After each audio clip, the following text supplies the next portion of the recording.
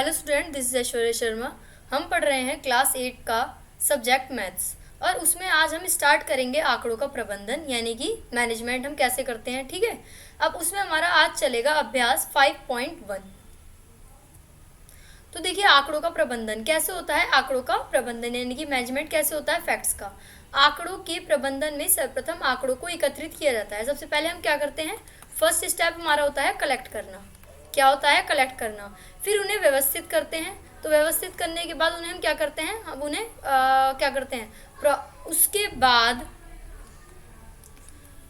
प्राप्त परिणाम पर विचार करते हैं। अब हम क्या करेंगे, अब उन्हें मैनेज करेंगे हम। ठीक है, अब हम उसके बाद उन्हें क्या करेंगे, उन पर हम क्या करेंगे, उनका हम करेंगे एनालिसिस। अब ये कह रहे हैं आंकड़े गुणात्मक या मात्रात्मक। गुणात्मक मतलब क्वालिटेटिव और मात्रात्मक मतलब क्वांटिटेटिव। चर के मानों के समुच्चय को आंकड़ा या डेटा कहते हैं। आंकड़ा या फिर डेटा कहते हैं।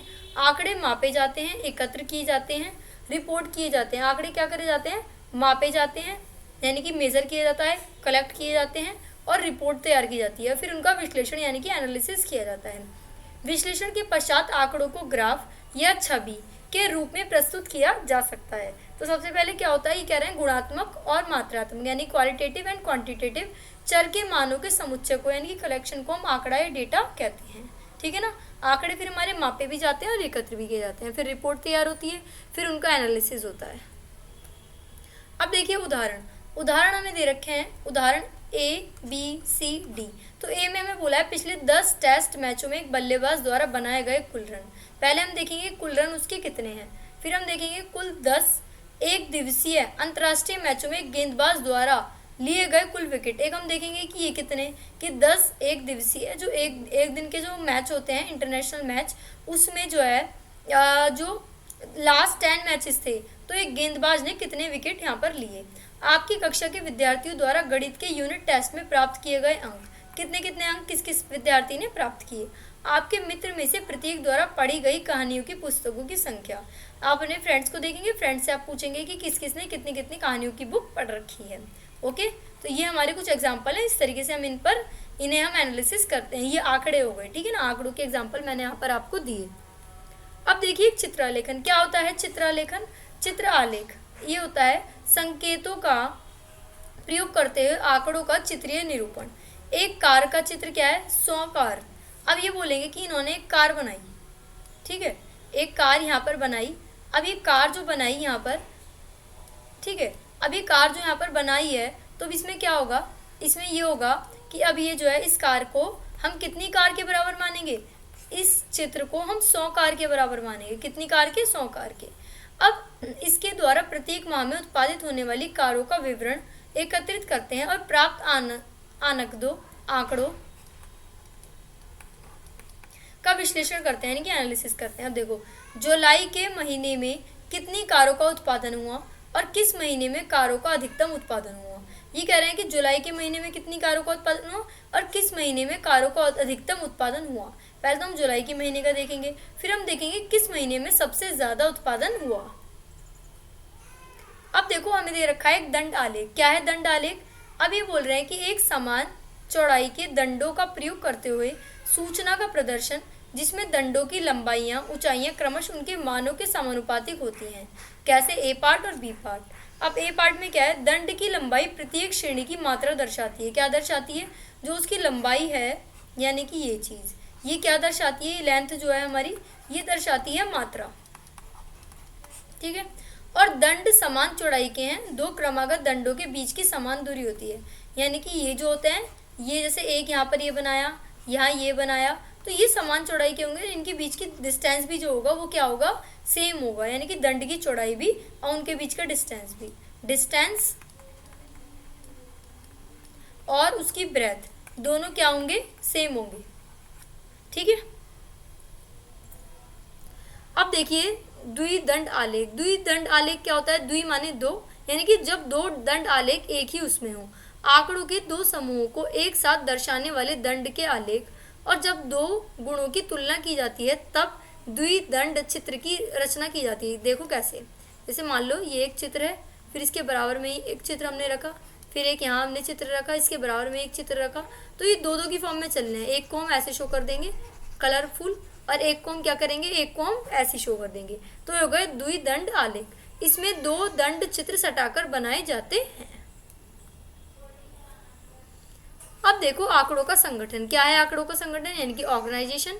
तो देखो प्राय हमें आंकड़े, उपलब्ध आंकड़े असंगठित रूप से प्राप्त होते हैं, जिनमें यथा प्राप्त आंकड़े कहा जाता है। क्या कहा जाता है, यथा प्राप्त आंकड़े कहा जाता है। अर्थपूर्ण निष्कर्ष निकालने के लिए हमें आंकड़ों को एक क्रमबद्ध रूप से संगठित करने की आवश्यकता होती है। उदाहरण क्या है उसका एग्जाम्पल, विद्यार्थियों के एक समूह से उनके मनपसंद विषयों के बारे में पूछा गया है। इसके परिणामों की सूची नीचे दी गई है। कैसे, अब हमने पूछा, जो हमारे क्लास में स्टूडेंट हैं, तो हमने उनसे पूछा कि आपको कौन सा सब्जेक्ट पसंद करता है। तो किसी बच्चे ने कहा ड्राइंग, किसी ने maths, science, English, maths, drawing, फिर अगेन इंग्लिश, फिर क्या बोला, फिर बोला मैथ्स, फिर इंग्लिश, फिर ड्राइंग, फिर साइंस, फिर drawing, science, science, again science, maths. इस तरीके से बच्चों ने हमें यहाँ पर बताया। अब देखो अब ज्ञात कीजिए कि कौन से विषय सबसे अधिक पसंद किए जा रहे हैं और कौन सा विषय सबसे कम पसंद किया जा रहा है। तो इसमें हम काउंट करके देख लेंगे। पहले हम एक लिस्ट तैयार करेंगे, यहाँ पर हम उसमें यहाँ पे विषय के नाम लिखेंगे। क्या लिखेंगे, विषय के नाम। अब हमने विषय के नाम लिखे, तो हमने यहाँ पे लिखा कला, फिर यहाँ क्या लिखा, गणित, फिर हमने क्या लिखा, यहाँ हमने लिखा विज्ञान यानी साइंस, फिर हमने क्या लिखा, विज्ञान के बाद अंग्रेजी यानी कि इंग्लिश। ठीक है, हमने इस तरीके से बनाया। अब देखो कला कितने बच्चे पसंद करते हैं, यहाँ कला के आगे एक नंबर लिख दिया। फिर गणित कितने करते हैं, गणित के आगे एक नंबर। विज्ञान कितने करते हैं, विज्ञान के आगे एक नंबर। अंग्रेजी कितने करते हैं, अंग्रेजी के आगे एक नंबर। फिर गणित दोबारा आ गया, तो दोबारा मैथ्स के आगे आ गया। फिर कला के आगे दोबारा आ गया। फिर इंग्लिश, फिर इंग्लिश के बाद क्या आएगा, गणित, गणित दोबारा आ गया। फिर गणित के बाद फिर इंग्लिश आ गई, तो इंग्लिश के आगे ये आ गया। फिर क्या आ गई, फिर आ गई कला हमारी। फिर आ गया हमारा साइंस, फिर दोबारा हमारी कला आ गई। फिर उसके बाद दोबारा साइंस एंड साइंस आ गया। फिर मैथ्स आया, मैथ्स के बाद फिर ड्राइंग आई। अब ड्राइंग को हमें 5 वाला टर्म ऐसे नहीं लिखना है। 5 वाले पर हम ऐसे लाइन को क्या कर देते हैं, लाइन को थोड़ा सा हम कर देते हैं। ठीक है, अब हम जो है इसमें क्या बोलेंगे, तो इससे हमें पता चलता है कि एक 5 का एक पैकेट बन जाता है। आपको ऐसे काउंट करोगे 1 2 3 4 5 6 7 8 9 10 11 12, बहुत टाइम लगेगा। पर अब ये देखो 1 2 3 4 5, 1 2 3 4 5, अब 1 2, तो इसमें आप पता लगा पाओगे 5 ये हैं, 5 ये हैं, 2 ये हैं, तो यानी कि होगा 12। ठीक है, पर इसमें क्या है, इसमें कहीं ना कहीं आपका छूट भी सकता है, कुछ ना कुछ रह भी सकता है। तो इस तरीके से इसे हम तैयार कर लेंगे और फिर हम चेक करेंगे किस सब्जेक्ट को किस सबसे अधिक पसंद किया जाता है, किस सब्जेक्ट को सबसे कम और किस सब्जेक्ट को एवरेज। अब देखो क्वेश्चन नंबर 1 हमारे पास है, निम्नलिखित में से किन आंकड़ों को दर्शाने के लिए आप एक आयत चित्र का प्रयोग करेंगे। अब देखो, अब ये बोल रहे हैं कि ABCD 4 पार्ट है। एक डाकिये के थैले में विभिन्न क्षेत्रों के पत्रों की संख्या, डाकिये का जो थैला है उसमें विभिन्न क्षेत्रों के पत्रों की संख्या है।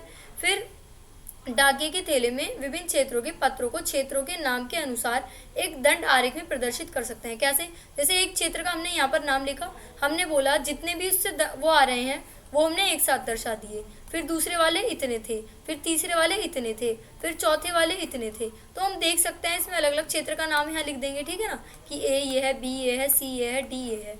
ओके, तो इसे हम दर्शा सकते हैं। अब देखो किसी खेलकूद प्रतियोगिता में प्रत्याशियों की ऊंचाई, ये भी आसानी से हो सकता है। खेलकूद प्रतियोगिताओं में प्रत्याशियों की ऊंचाई को उपयुक्त वर्ग अंतराल में रखकर एक आयत चित्र से व्यक्त किया जा सकता है, ताकि हमें आसानी से प्रत्येक ऊंचाई वर्ग के प्रतियोगियों की संख्या को आसानी से जान सकें। अभी कह रहा है 5 कंपनियों द्वारा निर्मित कैसेटों की संख्या।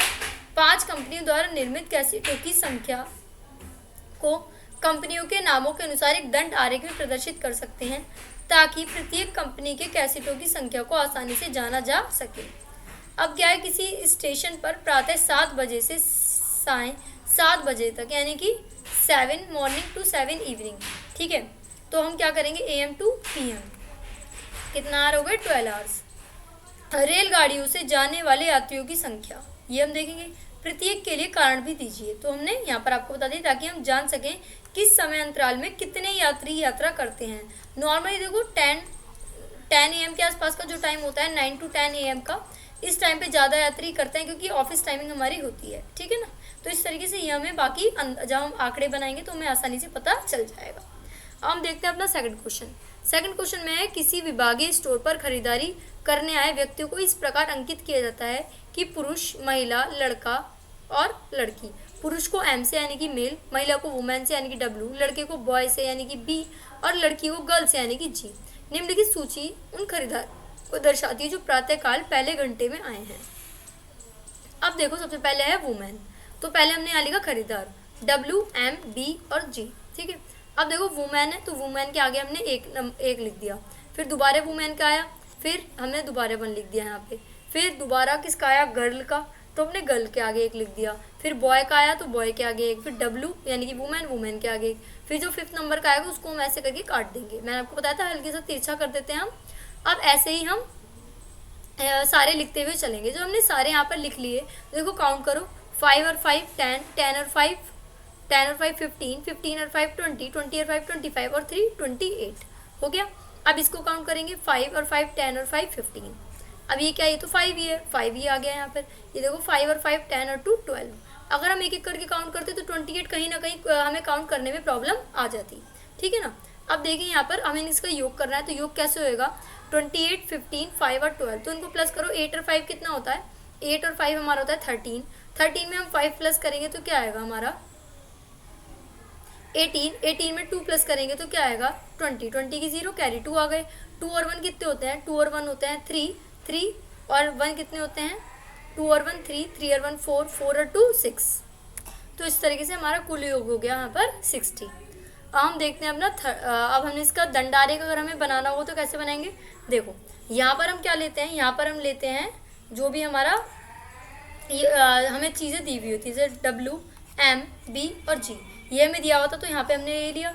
अब देखो वुमेन कितनी थी, वुमेन थी 28, तो हमने इसको यहाँ पे वर्ग अंतराल में बांट लिया, 0, 5, 10, 15, 20, 25। तो 25 से 3 ऊपर हमें लेना है, तो 25, 26, 27, 28, 28 तक हमने यहाँ पर ले लिया। अब ये है 15, तो 15 तो हमारा सीधा सीधा आ रहा है, ये रहा 15, तो ये रहा 15। अब क्या है हमारा यहाँ पर 5 है, तो 5 तो हमारा सीधा है, ये रहा 5। अब यहाँ देखो ये कितना था, ये था हमारा 12, तो 15 से 1 2 3 हम यहाँ पे ले लेंगे तो हमारा ये आ जाएगा यहाँ तक, ठीक है ना। तो ये आ गया हमारा इस तरीके से। अब देखो क्वेश्चन नंबर 3 हमारे सामने है, किसी फैक्ट्री के 30 श्रमिकों को साप्ताहिक मजदूरी निम्नलिखित है, क्या है।